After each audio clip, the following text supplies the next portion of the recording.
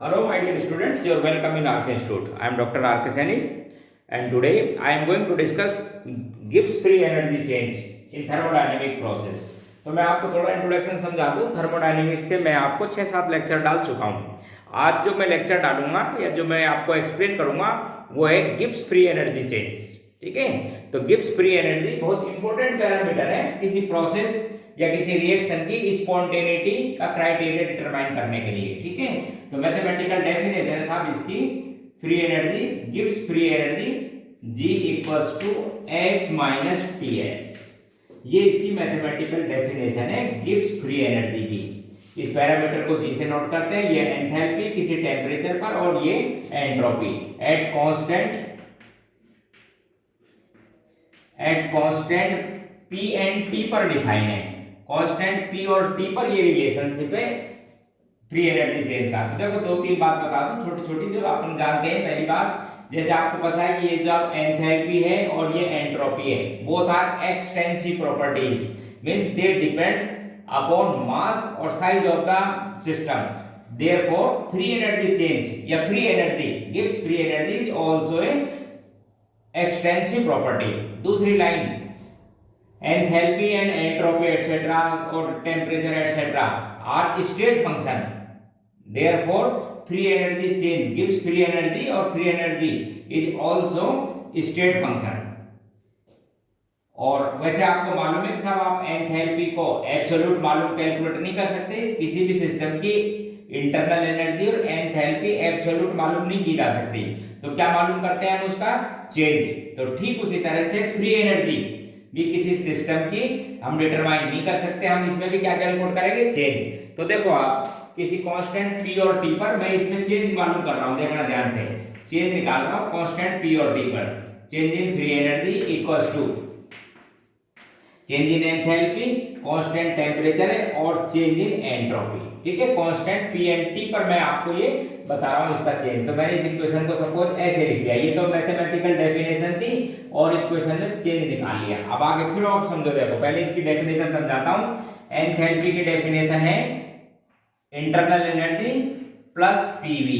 यदि इसके अंदर चेंज निकाला जाए कांस्टेंट प्रेशर और टेम्परेचर पर, तो enthalpy change equals to change in internal energy plus P and change in volume. ये वैल्यू यदि यहां पर पुट कर दी जाए इसके अंदर, तो आपके पास में चेंज इन फ्री एनर्जी आता है change in internal energy plus PDV minus TdS। ये मैंने इसका चेंज निकाल लिया। अब आपको पता है according to first law of thermodynamics, change in internal energy is sum of the exchange of heat energy and work involve. Exchange of heat energy के बारे में बात की जाए तो ये थर्मोडायनेमिक्स का सेकंड लॉ की definition, mathematical definition of entropy. Change in entropy equals to Q reversible divide by T and hence Q equals to, reversible का मतलब समझते हो ना, small change in heat energy. तो Q इक्वल्स टू हो जाता है आपके पास में TdS। तो Q की जगह तो मैं लिख देता हूं TdS रख रहा हूं। अब आप देखो ना ध्यान से। और ये जो W है ये टोटल बोला जाता है। टोटल वर्क की बात बोलो, यदि नेट वर्क की बात करें तो दोनों तरह का वर्क आता है, W PV plus W non PV। एक तो प्रेशर वॉल्यूम वर्क और एक नॉन प्रेशर वॉल्यूम वर्क, दोनों को मिला के हम बोलते हैं नेटवर्क। ठीक है, तो यदि दोनों की वैल्यू पुट कर दी जाए तो आपके पास में आएगा delta G equals to del U की जगह मैं लिख रहा हूं Q की जगह क्या लिख सकता हूं T डेल्टा S प्लस, अब जो वर्क का साइन है, अब ध्यान रखना कि सिस्टम के रेस्पेक्ट में जब बात की जाती है तो सिस्टम के रेस्पेक्ट में जो वर्क है उसका यूपीएससी साइन है नेगेटिव। तो माइनस, एक तो वर्क लिख रहा हूं पीवी वर्क तो क्या होता है पीडीवी, और दूसरा क्या होता है नॉन पीवी वर्क में, उसको मैं नॉन पीवी वर्क लिख देता हूं W नॉन पीवी। ठीक है, ये मैंने इसकी वर्क लिख दिया आपको इंटरनल एनर्जी का चेंज के बारे में। ठीक है, बाकी वैल्यू मैं पुट कर देता हूं आगे। तो देखो जो बाकी लिखी हुई हैं उनको उसी तरह से आप पुट कर दीजिए। ये पीडीवी और ये माइनस TdS। ओवरऑल आप चेक करेंगे तो आपको पता लगेगा कि साहब ये जो आपके पास में चेंज इन फ्री एनर्जी ये किसके बराबर है minus W non PV. Conclusion ये समझो, इसको आप ऐसे भी बोल सकते हो minus delta G equals to W non PV. अब देखो एक डेफिनेशन आपको समझाता हूं। क्या डेफिनेशन बन गई? Decrease in free energy. ध्यान से देखो, नेगेटिव साइन का मतलब decrease. Decrease in free energy of the system equals to non PV work done by the system. और नॉन पीवी वर्क का मतलब समझते हो? They are useful work like as a gravitational work, like as electrical work, जो कि आप galvanic cell वगैरह में पढ़ते हो, माइनस NFE। तो डिक्रीज, देखो एक डेफिनेशन बनी, डिक्रीज इन फ्री एनर्जी किसके बराबर होती है? Non PV work of the system, और it is also known as useful work, और it is also known as available energy के बराबर होती है। तो ये मेरे पास में एक डेफिनेशन बन गई फ्री एनर्जी की। तो आप क्या बोलोगे अब फ्री एनर्जी के बारे में? Decrease in free energy of the system equals to non PV work done by the system. Okay, और नॉन पीवी वर्क को और क्या बोल सकते हो? यूजफुल वर्क, और क्या कहेंगे आप इसको? अवेलेबल एनर्जी, इसके बराबर होती है। ठीक है, अब आगे और देखो। अब जैसे अभी हम शुरू में बात बता रहे थे कि साहब आप जैसे इंटरनल एनर्जी की एब्सोल्यूट वैल्यू मालूम नहीं कर सकते, ठीक उसी तरह से एंथैल्पी की भी एब्सोल्यूट वैल्यू मालूम नहीं कर सकते। ठीक वही लाइन है, जब इनको आप एब्सोल्यूट डिटरमाइन नहीं कर सकते तो जो गिब्स फ्री एनर्जी है उसको भी एब्सोल्यूट डिटरमाइन नहीं किया जा सकता। तो क्या कैलकुलेट करेंगे उसके अंदर? चेंज। तो जितने भी प्रोबेबल चेंजेज हैं वो मैं लिख के दिखा रहा हूं आपको। प्रोबेबल चेंज का मतलब मैं आपको क्लियर कर देता हूं कि कोई भी species may be gas, may be solid, may be liquid, और पार्टिसिपेट इन एनी प्रोसेस और ए रिएक्शन। मैं किसी स्पीशीज की फ्री एनर्जी चेंज डिटरमाइन करूंगा किसी भी कंडीशन पर, ऑल प्रोबेबल कंडीशन। तो जैसा क्वेश्चन दिया जाए उसके अकॉर्डिंग फिर आप उस इक्वेशन को मॉडिफाई कर लेंगे। मैं टोटल चेंज निकाल रहा हूं, तो देखना आप ध्यान से। मैं बोल रहा हूं change in free energy equals to change in enthalpy minus T constant रख के चेंज इन एंट्रोपी, और एंट्रोपी को कांस्टेंट रख के चेंज इन टेम्परेचर। ठीक है, फिर आपको ये मालूम था कि H इक्वल्स टू था U plus PV internal energy. इसमें यदि चेंज बोलेंगे तो all probable change in internal energy plus P को कांस्टेंट रख के चेंज इन वॉल्यूम, और V को कांस्टेंट रख के चेंज इन प्रेशर। ये वैल्यू भी आप यहाँ पे पुट कर देंगे डेल्टा H की जगह। तो देखना आप ध्यान से देखो क्या बचेगा आपके पास में। तो change in internal energy plus PdV plus VdP वो वैल्यू पुट कर दी, माइनस TdS और माइनस SdT। ठीक है, अच्छा अब आपको फर्स्ट लॉ ऑफ थर्मोडायनेमिक्स के बारे में मालूम है। क्या है फर्स्ट लॉ ऑफ थर्मोडायनेमिक्स? ये था Q प्लस W। Q के बारे में सेकंड लॉ ऑफ थर्मोडायनेमिक्स ध्यान करो, del S equals to Q upon T। तो Q की जगह आप क्या वैल्यू पुट कर सकते हो? Q की जगह TdS, और वर्क की जगह क्या लिखेंगे? Minus PdV। क्या लिख देंगे? Minus PdV। जनरल वर्क जो अपन बोलते हैं प्रेशर वॉल्यूम वर्क की बात। तो चेंज इन इंटरनल एनर्जी की जगह ये वैल्यू पुट कर देंगे और प्रोबेबल चेंज में। तो क्या वैल्यू आई इसके लिए? TdS minus PdV। ये तो मैंने इसकी वैल्यू पुट कर दी, देखो उधर से। और बाकी जो लिख रहा है उसको एक बार आप नोट करके देखो तो आपको पता लगेगा कि एक खास रिलेशनशिप बन जाएगा आपके पास में, TdS माइनस SdT। अब देखना आप ध्यान से, ये PdV से कैंसिल, ये TdS प्लस का और ये TdS माइनस का कैंसिल। तो मेरे पास में क्या बचा? Free energy change of the species, ऐसे बोलेंगे free energy change of the species equals to VdP minus SdT, और कुछ बचा ही नहीं। अब मैं आपको इस इक्वेशन को, बहुत इंपॉर्टेंट रिलेशन है ये, लेकिन आपको इस रिलेशन के बारे में क्लियर कर दूं कि ये कब काम लिया जाता है, किसके लिए। क्या बोल रहा था मैं कि ये फ्री एनर्जी चेंज है किसी स्पीशीज की।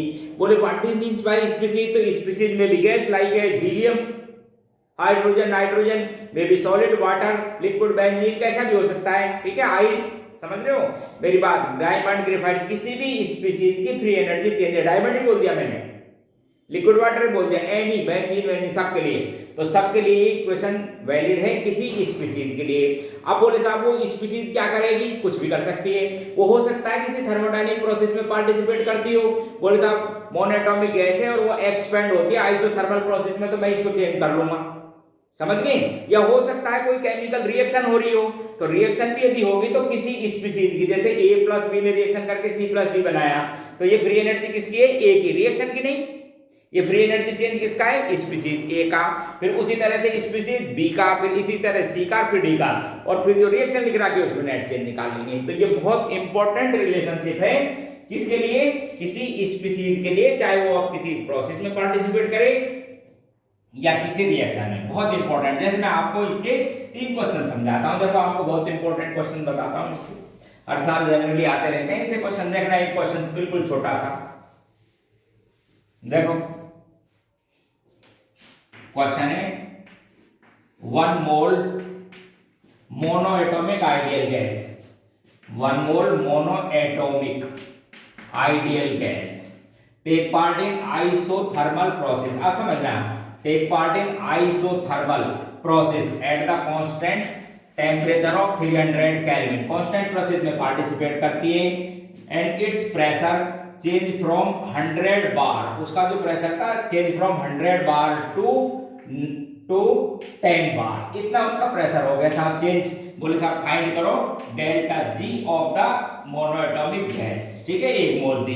तो आप इसी इक्वेशन को आपको काम में लेना है। तो कांस्टेंट टेम्परेचर है इसलिए ये वैल्यू तो हो गई 0, यहां से आप लिख देंगे VdP। अब वैल्यू पुट कर देते हैं, देखो इधर ध्यान से, आइडियल गैस है तो वॉल्यूम की जगह क्या लिख दोगे आप, इधर देख लो। आपके पास में रिलेशन आया, मैंने कहा किसी के लिए भी आप ये बोलेंगे VdP minus SdT। Constant temperature बोल दिया इसलिए ये यूनिट तो हट गई आपके पास में, और फॉर्मूला बचा delta G equals to nRT upon P, और ये लिखा हुआ था आपके पास में dP। यानी मैंने वॉल्यूम की जगह, आइडियल गैस थी ना, वॉल्यूम की जगह लिख दिया nRT अपॉन P, चेंज निकाल दिया इसका। तो डेल्टा G में चेंज आ जाएगा nRT ln P2 upon P1। P2 final दे रखा प्रेशर 10 बार, इनिशियल कितना दे रखा था 100 बार, n की वैल्यू दे रखी है 1 मोल, r कांस्टेंट जानते हो आप, कैलोरी में यदि कैलकुलेट करना फ्री एनर्जी 2 लिख देना, जूल में लिखने तो 8.3, टेम्परेचर गिवन 300 केल्विन में ही लेना, सारी वैल्यू पुट कर देंगे तो डेल्टा जी आपके पास में नेगेटिव साइन के साथ आ जाएगा, ठीक। अच्छा एक और देखो, और समझाता हूं आपको, देखिए इसी रिलेशन से, ये बहुत इंपॉर्टेंट रिलेशन बन गया, आपको बता दूं, delta G equals to VdP minus SdT। क्या कह रहा था मैं कि ये रिलेशन किसी भी स्पीशीज के लिए वैलिड है, चाहे वो प्रोसेस में बात करें चाहे किसी रिएक्शन में। तो मैं 2 क्वेश्चन तो आपको प्रोसेस के समझा रहा था, एक समझा रहा हूँ, एक रिएक्शन का भी बताऊंगा आपको, ठीक है, आया हुआ भी था वो क्वेश्चन और आते रहते हैं, ठीक है। एक रिएक्शन का और देखो, ध्यान से देखो, समझिए, एक इंपॉर्टेंट क्वेश्चन, ये कोई जेई में पूछा था एडवांस में, जेई 2007 एडवांस में ये क्वेश्चन आया हुआ था, एक बार समझना। एक एलोट्रोपिक चेंज था, ए और बी किसी एलिमेंट की क्या है एलोट्रोपिक फॉर्म, 300 केल्विन पर, ध्यान से सुनो, 300 केल्विन पर इनकी जो स्टैंडर्ड फ्री एनर्जी है, 300 केल्विन पर स्टैंडर्ड फ्री एनर्जी है वो दे रखी थी -2 किलो जूल पर मोल। और क्या क्या गिवन था वो समझा देता हूं। ये मैंने एक बात बता दिया, क्या है ये एलोट्रोपिक फॉर्म में किसी एलिमेंट की, ए एंड बी, ठीक है। और पूछा ये था कि बताइए आप एक्सटर्नल प्रेशर, आपको बताना है external pressure at which both allotropic form exist in equilibrium state at temperature 300 kelvin. Constant temperature रखना था, दोनों इक्विलिब्रियम जो एलोट्रोपिक फॉर्म जिनमें इक्विलिब्रियम स्टेट आ जाए आपको प्रेशर बताना था इसका, ठीक है। और क्या क्या गिवन दे रखा था, स्पेसिफिक वॉल्यूम दे रखा था ए एंड बी का, स्पेसिफिक वॉल्यूम, एक स्पेसिफिक वॉल्यूम बोल रहा हूं, इसका लिख रखा था साहब आपको 10 ml पर ग्राम, और इसका स्पेसिफिक वॉल्यूम था 15 ml पर ग्राम। एटॉमिक ये जो मॉलिक्यूलर मास था स्पीशीज का, मॉलिक्यूलर मास वो लिख रखा था 40 ग्राम पर मोल। अब सुनो देख ध्यान से, पूछा था कि कैलकुलेट, एडवांस का क्वेश्चन है, calculate external pressure at which allotropes can exist in equilibrium state at temperature 300 kelvin. Fix कर रखा था, आइसोथर्मल प्रोसेस था। इनके क्या दे रखे थे आपको, स्पेसिफिक वॉल्यूम। स्पेसिफिक वॉल्यूम समझते हो ना, पर ग्राम, पर ग्राम को कहते हैं स्पेसिफिक, 10 ml पर ग्राम, 15 ml पर ग्राम, मॉलिक्यूलर मास है 40। तो मैं इसी इक्वेशन से फिर कर दूंगा इसको, देखो एक बार ध्यान से देखिए, क्वेश्चन बहुत इंपॉर्टेंट था, आया भी हुआ है, देखो इधर ध्यान से। आपको बार में कैलकुलेट करना था, प्रेशर टेस्ट में पूछा था बार में, तो आइसोथर्मल प्रोसेस है इसलिए ये वैल्यू तो फिर हट गई आपके पास में। तो अब मैं यहाँ पर चेंज निकाल लेता हूँ। अच्छा इसमें जो एलोट्रोप है ना, वॉल्यूम भी चेंज हुआ है, ध्यान रखना, ए से बी, तो फ्री एनर्जी चेंज भी निकालूंगा मैं। तो यहाँ पर VdP समझ गए, बी प्रेशर में भी चेंज, एक तो एक्सटर्नल। अब आप देखो इसको इंटीग्रेट करो, स्टैंडर्ड प्रेशर थे, स्टैंडर्ड प्रेशर तो है 1 बार, और ये था आपको कोई दे रखा है P एक्सटर्नल जो आपको फाइंड करना है, ठीक है। ठीक उसी तरह से ये स्टैंडर्ड कंडीशन पर फ्री एनर्जी, ये गिवन बार पर फ्री एनर्जी। तो अब मेरे पास में आ गया कि free energy at given pressure, ठीक है, given pressure minus free energy at standard condition 1 बार पे इक्वल्स टू, ये हो गया था चेंज इन वॉल्यूम और ये हो गया चेंज इन प्रेशर। ये चेंज इन प्रेशर का मतलब P2 माइनस P1, ये आपको फाइंड करना है। इनिशियल आपको मालूम है कितना 1 बार, ये स्पेसिफिक वॉल्यूम भी, और कब फाइंड करना था जब इक्विलिब्रियम। तो आपको पता है इक्विलिब्रियम स्टेट पर प्रोसेस की फ्री एनर्जी चेंज कितनी होती है 0, तो यहाँ तो लिख देता हूँ -0 और ये वैल्यू आपको दे रखी है कितनी गिवन थी -2 किलो जूल, तो इसको मैंने जूल में लिख दिया है। 20 किलो जूल की जगह 2 किलो जूल की जगह ये लिख दिया जूल में। चेंज इन वॉल्यूम देखो एक बार कितना दे रखा था 10 ml से 15 ml, इसका मतलब इस वॉल्यूम में चेंज कितना था 5 ml पर ग्राम। एक था इसका स्पेसिफिक वॉल्यूम, मॉलिक्यूलर मास कितना था 40, तो इतना हो गया आपके पास में पर मोल। चेंज कितना हो गया पर मोल, ये ml में डिवाइड कर लो कितने से 1000 से, तो अब लीटर में आ गया। देखो इधर 5 × 40 डिवाइड बाय 1000। अब एक बार देखो ये क्या चीज है, चेंज इन वॉल्यूम पर मोल, ऐसे बोलो स्पेसिफिक नहीं, चेंज इन वॉल्यूम पर मोल ml में डिवाइड कर लो 1000 से, तो ये लीटर में। P2 आपको फाइंड करना था, P2 क्या करना था फाइंड बार में, और P1 कितना है आपके पास में, स्टैंडर्ड प्रेशर कितना होता है 1 बार, और ध्यान रखना ये वैल्यू किसके अंदर है जूल में, और ये आ रहा है आपके पास में प्रेशर ले लेता हूं मैं बार में और वॉल्यूम लिया लीटर में, तो ये लीटर बार, इसको आप मल्टीप्लाई कर दो 100 से, अब ये किस में हो गया जूल में, बस P2 आ गया। तो इसको आप जब सॉल्व करोगे ना P2 को, तो ये वैल्यू थी आपके पास में एक्सटर्नल प्रेशर की 101 बार, ये इसका आंसर था, सॉल्व करके देख लेना। Line clear. तो ऐसे इंपॉर्टेंट क्वेश्चन हैं इससे जो आते रहते हैं, ठीक। अगला मैं आपको और समझाता हूं, इसकी एप्लीकेशन देखिए।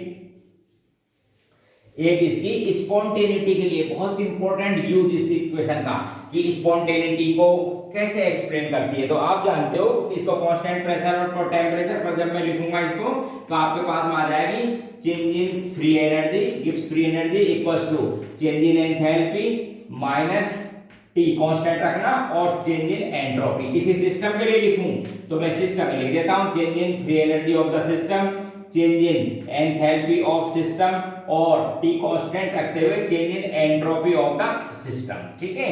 ये मैं इंपॉर्टेंट इक्वेशन, इसका कोई नाम दे देता हूं नंबर 1। फिर आपको मालूम है कि थर्मोडायनेमिक्स की चेंज इन एंट्रोपी के बारे में, तो आप देखना एक बार ध्यान से। चेंज इन एंट्रोपी की डेफिनेशन है Q कांस्टेंट प्रेशर पर डिवाइड बाय T। यदि मैं चेंज इन एंट्रोपी सराउंडिंग लिखता हूं, ध्यान रखना है, इसको सराउंडिंग लिखता हूं, तो Q भी सराउंडिंग बाय T, और Q सराउंडिंग कांस्टेंट प्रेशर पर Q किसके बराबर होता है H के, डेल्टा H के। तो इसकी जगह जब मैं सराउंडिंग लिखता हूं तो इसकी जगह मैं लिख सकता हूं माइनस डेल्टा H सिस्टम। पूछो, क्योंकि आपको पता है ना कांस्टेंट P और T पर डेफिनेशन है, और कांस्टेंट P पर ये जो चेंज इन हीट होती है ये किसके बराबर होती है बोलो, चेंज इन एंथैल्पी के। तो यहां पर मैं सिस्टम लिखता तो ये भी सिस्टम लिखता है, यहां सराउंडिंग लिखा तो इसको मैंने सिस्टम लिख दिया विद नेगेटिव साइन।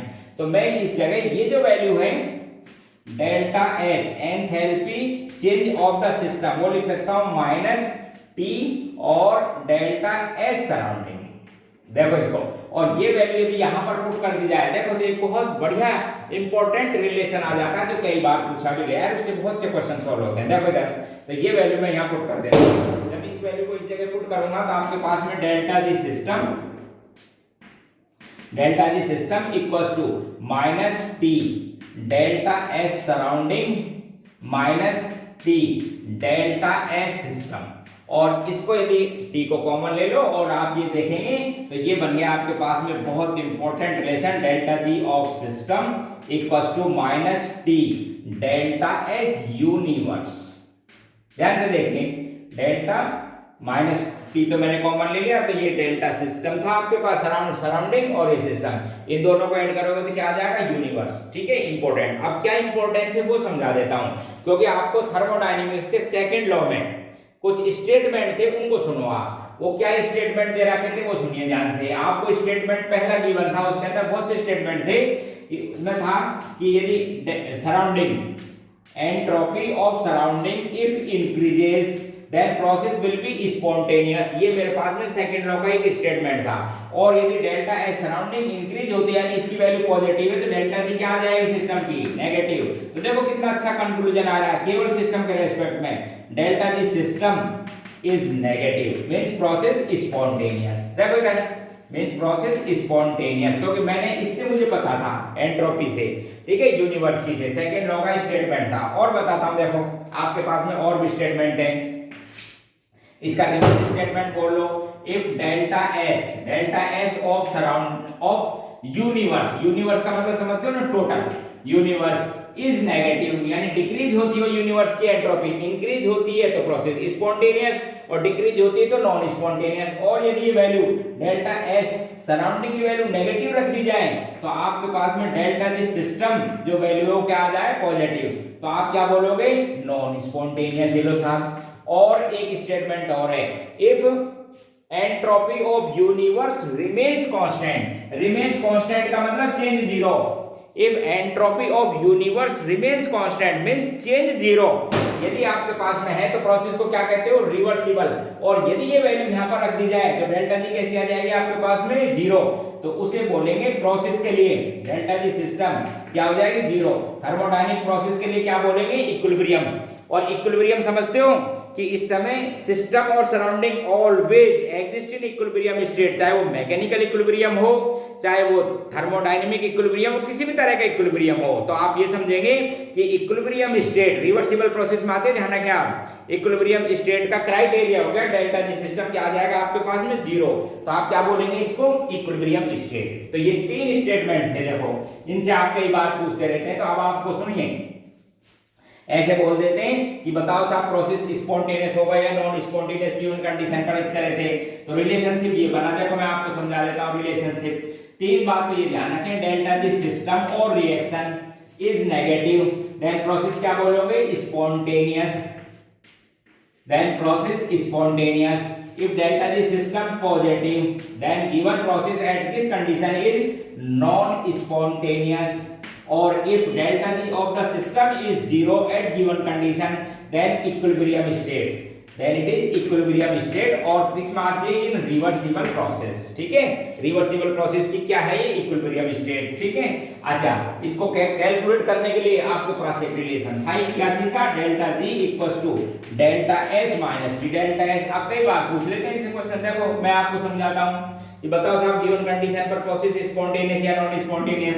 किसी ने बोला एक्सोथर्मिक रिएक्शन, समझना ध्यान से कैसी है exothermic reaction in which entropy increase, entropy क्या है इंक्रीज, इंक्रीज का मतलब समझते हो ना positive.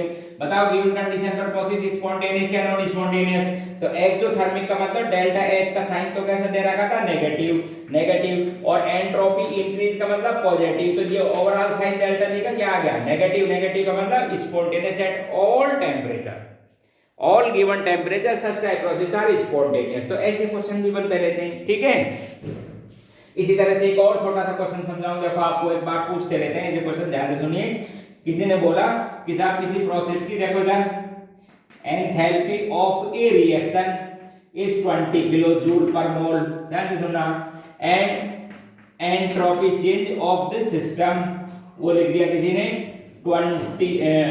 2000 joule per kelvin per मोल।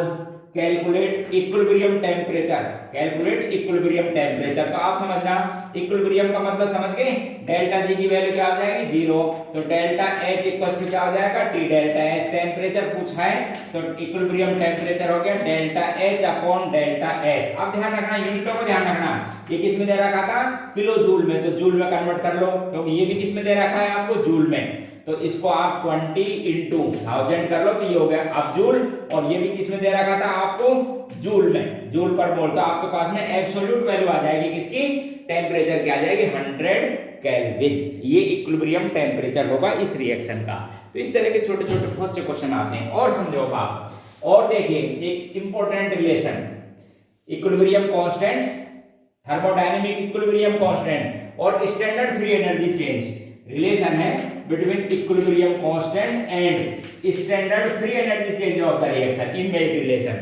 और मैं बोल सकता हूं और standard EMF of the cell, जो गैल्वेनिक सेल पढ़ते हो ना उनमें भी रिलेशनशिप। तो देखो आप ध्यान से, मेरे पास एक ही क्राइटेरिया, मैं आपको समझा देता हूं, क्योंकि मैं इसको तो कैलकुलेट कर ही नहीं सकता, तो मैं क्या कैलकुलेट करता हूं, चेंज। तो चेंज के लिए मैंने आपको एक इक्वेशन बता रखी है कि जब भी आपको किसी प्रोसेस का, किसी रिएक्शन का, किसी स्पीशीज का चेंज कैलकुलेट करना हो तो आपके पास में रिलेशन है delta G equals to VDP minus SDT. यहां से कैलकुलेट करना है ना किसी स्पीशीज का, फिर वो स्पीशीज थर्मोडायनामिक प्रोसेस में जा रही है तो उसका अकॉर्डिंग मॉडिफाई कर लेना, किसी रिएक्शन में पार्टिसिपेट करती है तो वो से निकाल लेंगे प्रोडक्ट माइनस रिएक्टेंट, ठीक है। तो आप ध्यान से सुनो, तो जो इक्विलिब्रियम कांस्टेंट है उसकी क्या खास बात है कि टेम्परेचर कांस्टेंट रहता है, और जब टेम्परेचर कांस्टेंट है तो ये वैल्यू तो हो गई जीरो। अब मैं एक छोटी सी आपको इक्वेशन लिख देता हूं, देखो एक इक्वेशन लिखी हुई है रिवर्सिबल, ये स्टोइकोमेट्रिक कोएफिशिएंट स्मॉल a, ये गैसेस है, और ये था मैंने एक बैलेंस रिएक्शन लिख रहा है जिसमें मुझे रिलेशनशिप लाना था, ठीक है। तो मैं क्या करूंगा इस इक्वेशन के, देखो एक बार फिर मैं इस रिएक्शन के लिए ये नहीं निकालूंगा, मैं स्पीशीज ए के लिए डेल्टा जी निकालूंगा पहले, फिर स्पीशीज बी के लिए डेल्टा जी चेंज निकालूंगा और फिर रिएक्शन के लिए लिख दूंगा। तो रिएक्शन में बात करोगे तो आप क्या बोलोगे, free energy change of product minus free energy change of reactant. इसमें पुट करना है आपको, ये प्रोडक्ट हो गया बी और ये रिएक्टेंट, इस इक्वेशन में लाना है। तो पहले आप बी का चेंज निकाल लो और ई का निकाल लो। तो देखिए इस इक्वेशन से देखना, मैं डेल्टा जी बी के बारे में बात करता हूं तो आप बोलेंगे वॉल्यूम ऑफ बी और डीपी, ये तो आपके पास में जीरो, इसमें आप चेंज निकाल लो, ठीक है। आइडियल गैस इक्वेशन मान के स्टैंडर्ड कंडीशन से लेके, तो ये प्रेशर तो बोल देता हूं मैं स्टैंडर्ड प्रेशर, और उसके जैसा ही ये कोई एक्सटर्नल प्रेशर है गिवन कंडीशन का, ठीक है। तो ऐसे डेल्टा जी कैलकुलेट कर लूंगा, तो ये तो डेल्टा जी हो गई साहब का पे बी की इस किसी गिवन प्रेशर पर, एक्सटर्नल प्रेशर पर, ये हो गई स्टैंडर्ड पर, ये स्टैंडर्ड पर हो गई आपके पास में 1 बार पर, इक्वल्स टू ये हो गया था change in volume. Change in volume की जगह मैं एनआरटी लिख सकता हूं, देखो इधर इसके लिए लिख देता हूं एनआरटी अपॉन पी और ये डीपी। स्टैंडर्ड प्रेशर कितना लिखा हुआ है 1 और गिवन प्रेशर क्या है पी, तो इस वैल्यू को मैं ऐसे लिख देता हूं, देखो सॉल्व कर देता हूं। डेल्टा जी बी की गिवन कंडीशन पर, गिवन कंडीशन का मतलब given pressure minus standard free energy change of B species के लिए, ये स्टैंडर्ड कंडीशन 1 बार से ली जाती है, मैंने 1 बार लिख दिया है, किस पे ले रखा था 1 बार पे, इक्वल्स टू ये हो जाएगा साहब एन आर टी कांस्टेंट है प्रेशर एल एन, ये होता है P2 अपॉन P1। P1 की वैल्यू कितनी हो जाएगी आपके पास में ln1 इक्वल्स टू होता है 0, तो ये मैंने लिख दिया P2। P2 क्या चीज है, इसका फाइनल प्रेशर, इसको मैं ऐसे भी लिख सकता हूं, किसका प्रेशर B का, तो यहां लिख देता हूं मैं B, और स्टोइकोमेट्रिक कोएफिशिएंट के अकॉर्डिंग n की जगह क्या लिख सकता हूं मैं A। देखो इधर स्टोइकोमेट्रिक कोएफिशिएंट का अकॉर्डिंग मोल कितना लिख सकता हूं A, और मैं इस वैल्यू को ऐसे भी लिख सकता हूं। B के लिए बात करूंगा तो B के लिए क्या है स्टोइकोमेट्रिक कोएफिशिएंट, B के लिए स्मॉल b, तो इसको मैं B लिख देता हूं। तो अब आपके पास में इस B की जो डेल्टा जी बनी हुई है कि free energy change of B at given condition equals to standard free energy change of B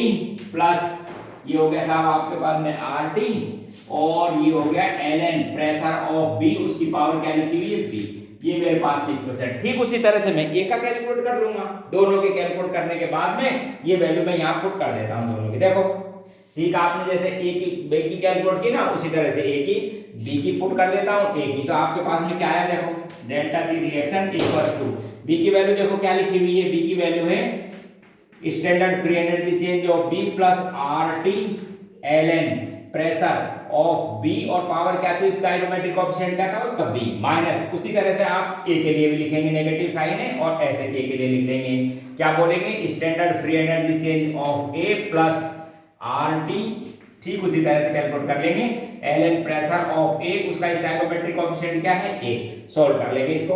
तो स्टैंडर्ड में से स्टैंडर्ड को सब्सट्रैक्ट कर दो और इनको सब्सट्रैक्ट करोगे तो आपके पास में आ जाएगा delta G reaction equals to, देखना delta G naught reaction product minus reactant plus RT ln, ये तो साहब प्लस के साइन था, pressure of B, pressure of species B, उसका स्टोइकोमेट्रिक कोएफिशिएंट है B, और प्रेशर ऑफ ये नेगेटिव साइन ध्यान रखना, प्रेशर ऑफ A, उसका स्टोइकोमेट्रिक कोएफिशिएंट है A। बहुत इंपॉर्टेंट रिलेशन है, मैं आपको बता दूं किस में रिलेशन है ये, standard free energy change of the reaction, ठीक है। अब रिएक्शन की बात करना है at given condition, standard free energy change of the same reaction at standard condition, R constant है गैस कांस्टेंट, T केल्विन में टेंपरेचर, और क्या है ये क्या चीज है पता है? प्रेशर। प्रेशर का मतलब ये जो आपके पास में प्रोडक्ट है उसका pressure with stoichiometric coefficient, reactant का प्रेशर विद स्टोइकोमेट्रिक कोएफिशिएंट, एक से ज्यादा होंगे तो आप समेशन कर लेंगे उसका। तो मैं इस रिलेशन को ऐसे लिख सकता हूं, किसी भी गिवन कंडीशन पर आप इस रिलेशन को कहते हैं रिएक्शन क्वोशिएंट। तो मेरे पास में एक बहुत बढ़िया रिलेशन आया, delta G reaction equals to delta G naught reaction plus R T ln, इसको क्या बोलेंगे? Reaction quotient at given condition. Pressure यदि डिटरमाइन करते हो तो Pp बोल देना, और कंसंट्रेशन टर्म में लेते हो तो Qc। स्टैंडर्ड में वैसे तो यूटिलाइज होते हैं डायरेक्ट, सॉरी। तो ये हो गया था मेरे पास में एक इंपॉर्टेंट रिलेशन। अब यदि कोई अपने से कहता है कि इक्विलिब्रियम स्टेट हो, तो आपको पता है ना इक्विलिब्रियम पर इस रिएक्शन क्वोशिएंट को तो लिखा जाता है इक्विलिब्रियम, थर्मोडायनामिक इक्विलिब्रियम, और डेल्टा जी क्या होती है उस समय जीरो। तो मैं यदि इसकी बात करूं एट इक्विलिब्रियम पर, तो मेरे पास रिलेशन आ गया इक्विलिब्रियम पर, इसको तो लिख देंगे zero, delta G reaction zero, और रिएक्शन क्वोशिएंट को आप क्या लिखोगे? Thermodynamic equilibrium constant. तो देखो कितना अच्छा रिलेशन आया, delta G naught reaction standard free energy change equals to minus R T ln equilibrium constant. बहुत अच्छा रिलेशन है, किसके बीच में निकाल लिया मैंने? ये स्टैंडर्ड फ्री एनर्जी चेंज और थर्मोडायनामिक इक्विलिब्रियम कांस्टेंट के बीच में रिलेशन। आप ध्यान रखना, ये जो थर्मोडायनामिक इक्विलिब्रियम कांस्टेंट होता है ना, यूनिटलेस होता है, केपी कैसे नहीं लिखे जाते, स्टैंडर्ड कंडीशन में डिफाइन किया जाता है, ध्यान रखिएगा। तो ये रिलेशन। अच्छा, आपको एक बात और भी मालूम है, जो आपने पढ़ रखा है ना गैल्वेनिक सेल इलेक्ट्रोकेमिस्ट्री के लेक्चर को देखना, वहां पर एक लाइन है कि ये जो फ्री एनर्जी चेंज है ये किसके बराबर होती है? अभी आपको बताया था ना, decrease in free energy. Decrease in free energy किसके बराबर होती है? Useful work. और यूजफुल वर्क कौन से होते हैं? जो अवेलेबल एनर्जी होती है वो, चाहे वो ग्रेविटेशनल हो चाहे इलेक्ट्रिकल वर्क हो। जो गैल्वेनिक सेल में ये वैल्यू पता है किसके बराबर है?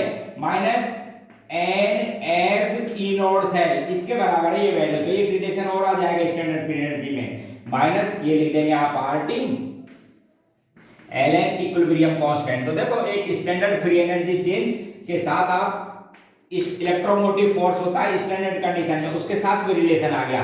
Standard free energy change equals हो गया आपके पास में R T upon N F ln equilibrium constant. ये लो साहब, वहां भी निकालते हो इसको। एन तो आपको पता है नंबर ऑफ मोल्स है, ये फैराडे कांस्टेंट, एब्सोल्यूट टेंपरेचर, और आर गैस कांस्टेंट है। ln को जब भी हटाओगे 2.303 से मल्टीप्लाई कर लेना, तो एक रिलेशन आता है ना 0.059 वाला। तो ये इंपॉर्टेंट रिलेशन भी हुआ। ठीक है, एक और चीज समझाता हूं, देखिए और भी देखो, एक क्वेश्चन आता है कि साहब जैसे आपने स्टैंडर्ड इक्विलिब्रियम कांस्टेंट में रिलेशन लिखा ना, उसी तरह एंथैल्पी में। तो देखो आपके पास में रिलेशन आया, ये standard free energy change of the reaction equals to minus R T ln equilibrium constant. और आपको एक मालूम भी है कि standard free energy change of reaction equals to constant P and T पर standard enthalpy change minus standard entropy change. ये value यदि डेल्टा जी की यहाँ पर ये वैल्यू पुट कर दी जाए तो आपके पास में आ जाएगा माइनस, रख देता हूं चलो, minus R T ln equilibrium constant equals to delta H enthalpy of reaction minus P delta S entropy change of the reaction. और एक बढ़िया relation equilibrium constant ln equilibrium constant equals to minus delta H naught reaction upon R T plus delta S naught upon R. देखो इधर इसको divide कर लो, बहुत बढ़िया relation. मैं तो ये कहता हूँ कि हर साल यहाँ से क्वेश्चन, इस साल भी जेईई एडवांस में था, ग्राफ बनाते हैं यहाँ से, आप पता है ना स्ट्रेट लाइन की इक्वेशन हो गई। ये ग्राफ क्या आता है देखो, ये तो हो गया वाई एक्सिस पे लेते हैं, 1/t को लेते हैं एक्स पे, तो ये हो गया mx और ये हो गया c। तो ये ग्राफ से क्वेश्चन जनरली आते ही रहते हैं। इस साल भी एक पैराग्राफ आता था, आया था जेईई में, हर बार आता रहता है। किसमें? ln इक्विलिब्रियम कांस्टेंट और 1/t में। ln इक्विलिब्रियम कांस्टेंट तो ये तो हो जाएगा ये तो हो जाएगा इसका स्लोप। स्लोप किसके बराबर हो जाएगा? Minus delta H naught reaction upon R के। और इंटरसेप्ट किसके बराबर हो जाएगा बोलो?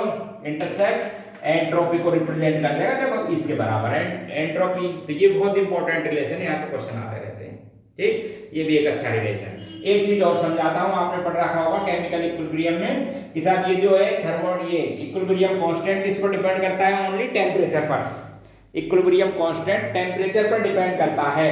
तो ये किस तरह से डिपेंड करता है? एक रिलेशन ला देता हूं इसको, देखो देखिए, यदि गिवन टेम्परेचर रेंज में एंथैल्पी और एंट्रोपी कांस्टेंट हो तो टेम्परेचर के साथ इक्विलिब्रियम कांस्टेंट में वेरिएशन यहां से लिख सकता हूं, लिख रहा हूं देखो equilibrium constant at temperature T1, तो इसको लिख देता हूं 1 equals to minus delta H reaction upon RT1 plus delta S naught reaction upon R। इसी तरह टेम्परेचर 2 पर लिख देता हूं ln equilibrium constant at temperature 2 equals to minus ये को आपको क्या बोलनी है, एंट्रोपी और enthalpy remains constant during this temperature range. ये एज्यूम करके चलना है कि इस टेम्परेचर रेंज में एंथैल्पी और एंट्रोपी कांस्टेंट रहती है, ठीक है।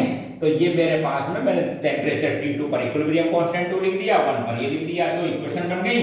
इक्वेशन नंबर 2 में से 1 को सब्स्टिट्यूट कर दो, देखो बढ़िया आपके पास रिलेशन आ गई। ये इक्वेशन 1 ये इक्वेशन 2, आप क्या करो इक्वेशन नंबर 2 में से इक्वेशन नंबर 1 को सब्स्टिट्यूट कर दीजिए, तो आपके पास एक बहुत अच्छा रिलेशन आ जाता है जो क्या बताएगा थर्मोडायनेमिक इक्विलिब्रियम कांस्टेंट टेम्परेचर के साथ किस तरह से वेरी करता है। तो इस इक्वेशन में से इसको सब्स्टिट्यूट करूंगा तो इसको सॉल्व करके लिख देता हूं, क्या आएगा ln equilibrium constant at temperature T2 divide by equilibrium constant at temperature T1 equals to इस टेम्परेचर रेंज में एंथैल्पी चेंज अपॉन यहां लिख देंगे R और ये हो गया 1 upon T1 minus 1 upon T2। देखो कितना अच्छा रिलेशन, इसे 2 मिनट में बता देते हो कि बताओ रिएक्शन में इक्विलिब्रियम कांस्टेंट इंक्रीज होगा या डिक्रीज, एक्सोथर्मिक एंडोथर्मिक किस तरह की रिएक्शन ऐसे चेक कर लीजिए आप। जैसे सपोज किसी ने बोला एक्सोथर्मिक रिएक्शन तो डेल्टा H का साइन क्या आ जाएगा नेगेटिव, बोले टेम्परेचर इंक्रीज या डिक्रीज तो यहां से पता लग जाता है कि टेम्परेचर इंक्रीज करने से इक्विलिब्रियम कांस्टेंट पे क्या फर्क पड़ता है। इंपॉर्टेंट रिलेशन था ये भी, ठीक है। एक चीज और बताता हूं, जैसे आपने कांस्टेंट टेम्परेचर पर तो इस तरह से किया, यदि कांस्टेंट प्रेशर होना तो कैसे कैलकुलेट किया जाता है, इसको और देखो फ्री एनर्जी में उसको कहते हैं Gibbs Helmholtz equation constant pressure पर। तो आपके पास रिलेशन था, मैं आपको एक बार फिर दिला देता हूं, delta G equals to VdP minus SdT at constant pressure. ध्यान सुनना, एट कांस्टेंट प्रेशर यदि प्रेशर कांस्टेंट है तो ये वैल्यू तो 0 हो जाएगी आपके पास में, तो इनमें चेंज निकाल देता हूं। देखो इधर इसमें मैं चेंज निकालता हूं इक्वल्स टू माइनस SdT, इसके अंदर चेंज निकालो कांस्टेंट प्रेशर पर लेते हुए, ठीक है। तो ये तो हो जाएगा टेम्परेचर इनिशियल टेम्परेचर T1, ये इनिशियल टेम्परेचर और ये फ्री एनर्जी चेंज, तो इसको वैसे लिख देता हूं delta G change in free energy, इसमें चेंज है इक्वल्स टू ये लिख देता हूं माइनस चेंज इन एंट्रोपी और विद टेम्परेचर T, ठीक है। इसको इक्वेशन को भी आप ऐसे लिख सकते हो, इसके चेंज को डिवाइड करके, तो minus delta S equals to minus minus minus तो साइन इधर ले लिया तो इधर आ जाएगा आपके पास में change in free energy divide by T change in temperature, ऐसे कर दो चाहो तो चेंज इन टेम्परेचर, तो ये वैल्यू आ जाएगी आपके पास में किसकी, एंट्रोपी चेंज की, change in free energy with respective change in temperature. और यदि इस वैल्यू को इधर देखो, यदि ये वैल्यू आप डेल्टा G की जो स्टैंडर्ड इक्वेशन है उसमें रख दी जाए, स्टैंडर्ड इक्वेशन ये थी कांस्टेंट P एंड T पर delta G equals to delta H minus T delta S, तो यहां पर डेल्टा S की वैल्यू यदि ये पुट कर दी जाए डेल्टा S की वैल्यू, तो आपके पास में इक्वेशन बनेगी delta G equals to delta H minus T को लेते हुए आगे, और ये माइनस साइन के साथ है ये वैल्यू हो जाएगी प्लस में, क्या आ जाएगा change in free energy with respect to T। और इस इक्वेशन को क्या कहते हैं, गिब्स हेल्महोल्ट्ज इक्वेशन कहते हैं, इसे कहते हैं गिब्स हेल्महोल्ट्ज इक्वेशन। कब की जाता है फ्री एनर्जी, कब निकाली जाती है, कांस्टेंट प्रेशर पर, टेम्परेचर के साथ इसका वेरिएशन निकाल लेते हैं और फिर एंथैल्पी चेंज वगैरह पूछते हैं। तो आज का लेक्चर था गिब्स फ्री एनर्जी पर, बहुत इंपॉर्टेंट रिलेशन था, 8-7 मैंने रिलेशन लिखे, सबको ध्यान रखो किस प्रोसेस में कैसे काम में लिया जाता है, ठीक है। और इस लेक्चर को पूरे को देखना, थर्मोडायनेमिक्स के 8 लेक्चर पहले भी डले हुए हैं पूरा, ठीक। बाकी अगली क्लास में बात करते हैं, थैंक यू।